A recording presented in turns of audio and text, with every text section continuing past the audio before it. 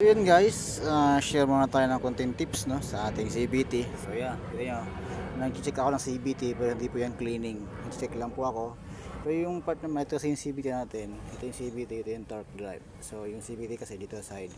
Ito naman, torque drive. So sa torque drive ako ngayon naka-focus. Nakikita nyo naman guys. So minsan may epekto rin po ito pag mas na ma-delay o madragi yung ating motor. So alam ko hindi lang po ako yung nakapag-post nito o marami na po nakapag-post, pero ito i-explain ko po kung bakit.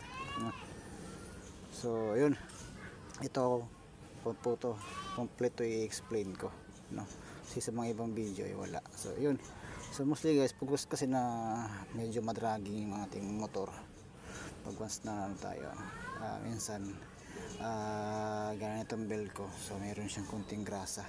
So bakit nga ito nagkakaroon ng grasa? Minsan guys, dito kasi yan guys, so dito so ito kasi minsan nalalagyan ko ng grasa, so para naparami po yata. So minsan naman dito siya galing sa loob nito yung ating torque drive, ayan dito. So gaya ko nito, itong oil seal nya or gray seal nya, so medyo putput po to. So, kasi magtatatlong taon na yan, so hindi na palitan. Pero yung bearing niya okay po naman, yung seal lang ang kailangan palitan no.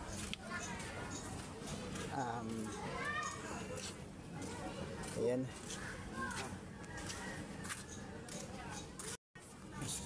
so ayan dito guys. So sa paglilinis natin ng torque drive guys, lalo na yung ating lining, so may ginagawa po dyan na dapat yun pa rin no.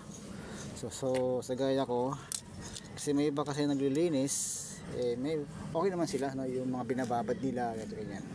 Pero may iba kasi guys, itong ganitong lining, kinukuskus nila, kinukudkud nila, pinapantay ulit nila para lumapat ulit no.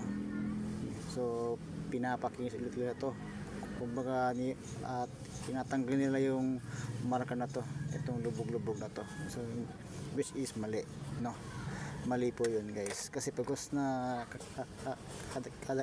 kadalinis nyo, kinukudkud nyo to, mas tuminipis yung ating lining. Pero sa akin kasi hindi ko siya kinukudkud. So ang ginagawa ko dyan, kinukuskus ko siya nito, steel wool, ginaganon ko siya, tinatanggal ko lang yung mga itim-itim. Ayan, pati itong ating groove bell, so medyo pud-pud na to. Ayan, medyo palitin na rin siya. At saka yung grasa nga, ito kasi yung guys, so tumatalbog. So tatanggalin ko tong grasa na to no. So yun, tsaka ito guys, itong aking lining assembly pang NMAX po to. Doon sa mga video ko ang ginawa ko na lang doon, nagpalit ako ng yun nga, ito clutch spring. So stock pa rin to guys, pero medyo manipis siya, 800 rpm. So bakit nga ako stay sa stock? Para hindi masyadong malaspag yung ating lining or ating ito yung metal ng lining. Kasi pag kasi ng sobrang taas ng clutch spring nyo guys, ito kasi unang sisirain yan guys, yung ito pinaglalagyan niya no. Kasi ito kasi guys, lumalambot to habang tumatagal ang biyahe, lumalambot to itong metal na to. Kasi hindi naman po ito bakal hindi po siya bakal na tumatagal sa init. Ito kasi lumalambot to guys, para siyang tingga or what else, basta malambot lang po ito ng metal, malambot no. Kapag once na nagtaas kayo ng clutch spring, mas batak na batak po ito no. Yung talagang sobrang ma-RPM, batak na batak po ito guys. So una masisira dyan ito mas lalaki yung butas nito pag once na ganun ang ginawa ninyo guys, ito no. Ayan, kaya ito ang una nyong i-check guys pag once na nag-check, pag nagpalit kayo ng mataas na RPM na clutch spring no. So ako stay ako, so di baling magpalit kayo ng center spring, okay lang. Ayan, so sa gaya ko meron akong 800 at saka 1000 rpm No, sa mga nagtatanong guys, anong swak na center spring sa atin, ito guys, pang Honda Beat. Ayan, Beat 1000 RPM. So sa akin kasi stock lang kasi ako guys, 800 RPM. No, okay na okay siya. Pero sa clutch spring medyo stock siya. Mas gusto kasi yung stock para mas hindi masyadong iyak yung makina, hindi bugbog yung ating lining.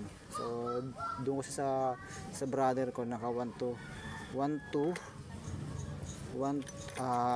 yung kanyang center at saka clutch spring naka 12 rin. So nung check ko yung lining niya, pudpud na at hindi pantay yung kayo dito, nakatabingi na yung lining niya. Mas makapal yung kabila, yung isa mas manipis kasi tabingi na siya, no? Tsaka hindi siya doon na maintenance niya, kaya nagpalit na siya. So JBT yung lining niya pero mas pudpud yung kanya. Sa akin sakto lang guys, sakto lang lapat niya. Kung makikita nyo, kung susukatin nyo siya, yun pa rin yung lapat niya, no? Hindi siya gano. So ayan, kaya pag gusto na naglilinis kayo guys ng ganitong lining, make sure na ito ang gamitin nyo. Kuskus lang, tubig lang, ganyan, kasi hindi mo ito kinakalawang guys, hindi ito kinakalawang. Ang problema lang nito, mabilis na mapudpud pag gusto na wala sa tamang maintenance. Ito lagi i-check nyo guys, no? Hindi lang kayo puro CVT cleaning, dapat torque drive cleaning din guys. Kasi oo nga, maganda na yung CVT ninyo, nakaset na, nakalinis na. Pagdating naman sa torque drive, hindi. So ang mangyayari niyan guys, delay, madragging, kasi sa tatlo na to, dalawa o isa lang ang mabilis umakyat, mabilis kumapit. Yung isa matigas kasi kinakalawang yung dito niya, marumi na, pag umaga na matigas, hindi agad umaangat. So sa akin sakto lang yan guys, sakto lang po yung ano nito, yung nipis niya.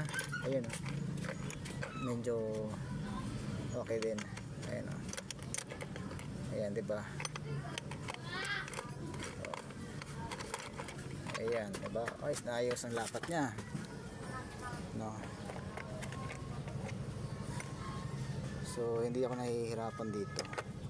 Ayan, so, goods na goods siya.